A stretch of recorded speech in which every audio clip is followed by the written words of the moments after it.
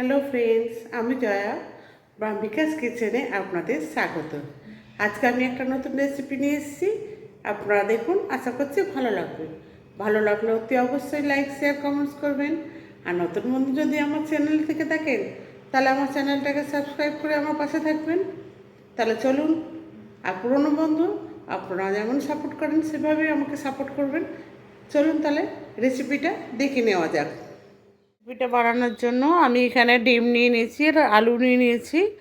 আমি 6টা ডিম নিয়েছি, আলু নিয়েছি।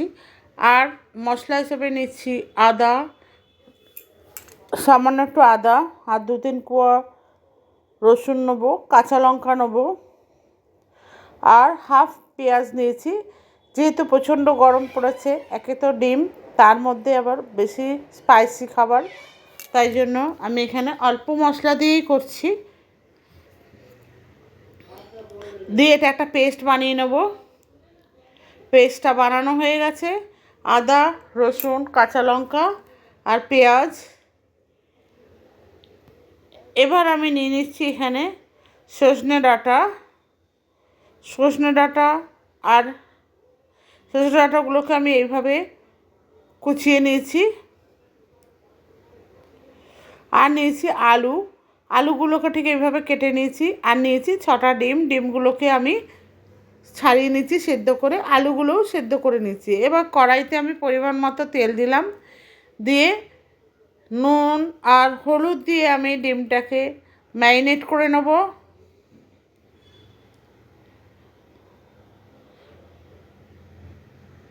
এবার আমি তেলটা গরম হয়ে গেছে, তাই আমি একটা একটা করে ডিম আমি কড়াইতে দিয়ে ভেজে নেব। সবগুলো ডিম দিয়ে ভেজে নিচ্ছি।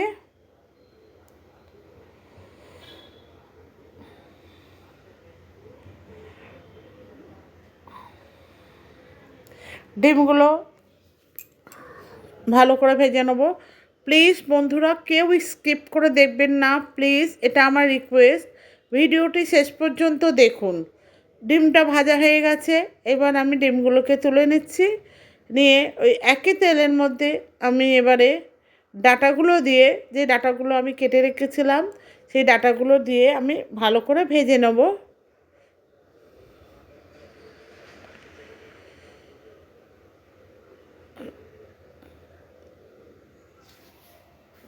ডাঁটাগুলো ভালো করে ভেজে নিচ্ছি।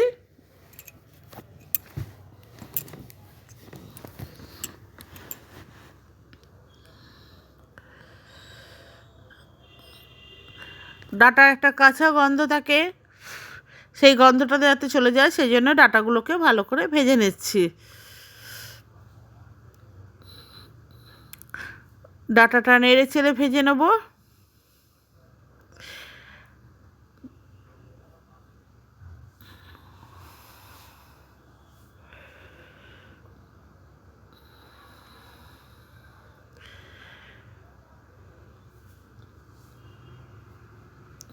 ডাঁটাটা ভাজা হয়ে এসছে।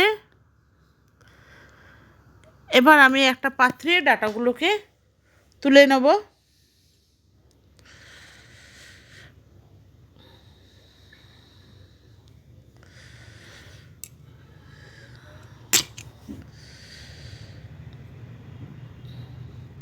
ডাঁটাগুলো তুলে নিয়েছি এবং ওই একই তেলের মধ্যে আমি এবার আলুগুলোকে দিয়েও ভেজে নেব। আলুগুলো বয়েল আলু, তাই জন্য আমি আলুগুলোও ভেজে নিচ্ছি ভালো করে।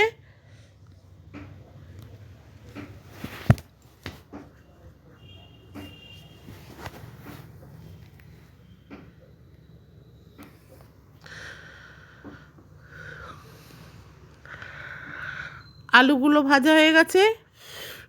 এবার আলুগুলো একই পাত্রের মধ্যে আমি তুলে নিচ্ছি এবং যেই তেলটা রয়েছে সেই তেলটার মধ্যে এবারে আমি বাকি রান্নাটা করব। এখানে আমি দিয়ে দিচ্ছি গোটা জিরে ফোড়ন হিসাবে। আপনারা চাইলে 5 ফোড়ন ইউজ করতে পারেন, আমি এখানে গোটা জিরে ইউজ করেছি। আর 2টো তেজপাতা দুটো দিয়ে দিলাম। দিয়ে আর একটা পেঁয়াজ আমি হাফ পেস্ট করেছি আর হাফ আমি কুচিয়ে রেখেছি, সেই হাফ পেঁয়াজটা আমি এখানে দিয়ে দিলাম।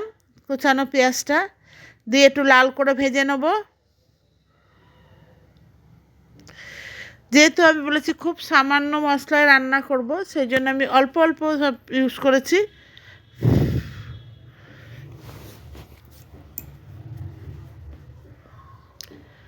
ভাজা হয়ে গেছে, এবার আমি মশলার পেস্টটা আমি এখানে দিয়ে দিলাম। আদা, রসুন, পেঁয়াজ, কাঁচা লঙ্কা,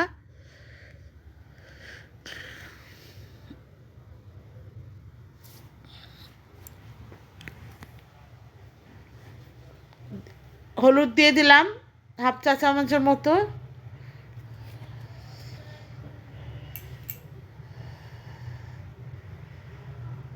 জিরে গুঁড়ো দিয়ে দিচ্ছি হাফ চা চামচের মতো, ধনে গুঁড়োও দিয়ে দিলাম হাফ চা চামচের মতো, আর স্বাদ মতো লবণ দিয়ে দিচ্ছি।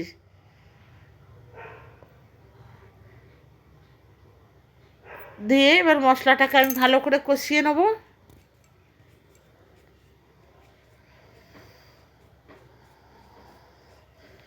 মশলাটা এমনভাবে কষিয়ে নেবো যাতে কাঁচা গন্ধটা বেরিয়ে যায় আর তেল ছেড়ে দেয়। এবার আমি আলু আর ডাঁটাটা দিয়ে দিচ্ছি, ভেজে রাখা, যেটা আমি আগের থেকে ভেজে রেখেছিলাম। দিয়ে এবারে ভালো করে আমি মশলাটাকে কষিয়ে নেব।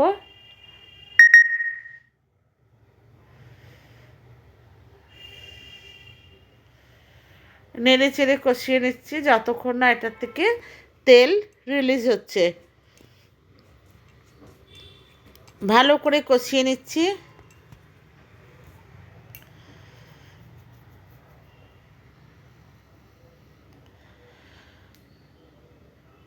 নেড়ে চেড়ে কষানো হয়ে গেছে। এবার আমি এখানে জল অ্যাড করে দিলাম। পরিমাণ মতো জল দেবেন, আপনারা আপনাদের পরিমাণ মতো জল দেবেন। আমি এখানে জল দিয়েছি, দিয়ে নেড়ে ছেড়ে দিচ্ছি যাতে মশলাগুলো ভালো মতো ঘেটে যায়।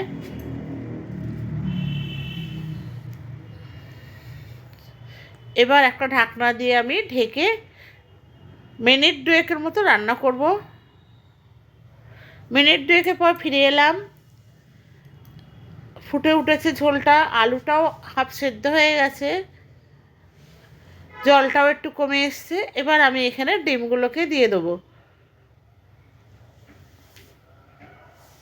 ডিমগুলো দিয়ে ভালো করে নেড়ে ছেড়ে দেবো।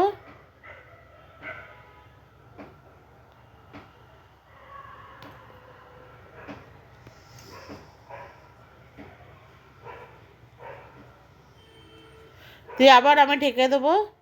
দিয়ে আর মিনিট খানেক মতো রান্না করে গরম মশলাটা আমি দিয়ে জলে ভিজিয়ে রেখেছিলাম, সে গরম মশলার গুঁড়োটা আমি এখানে দিয়ে দিলাম। দিয়ে ভালো করে নেড়ে ছেড়ে দিচ্ছি।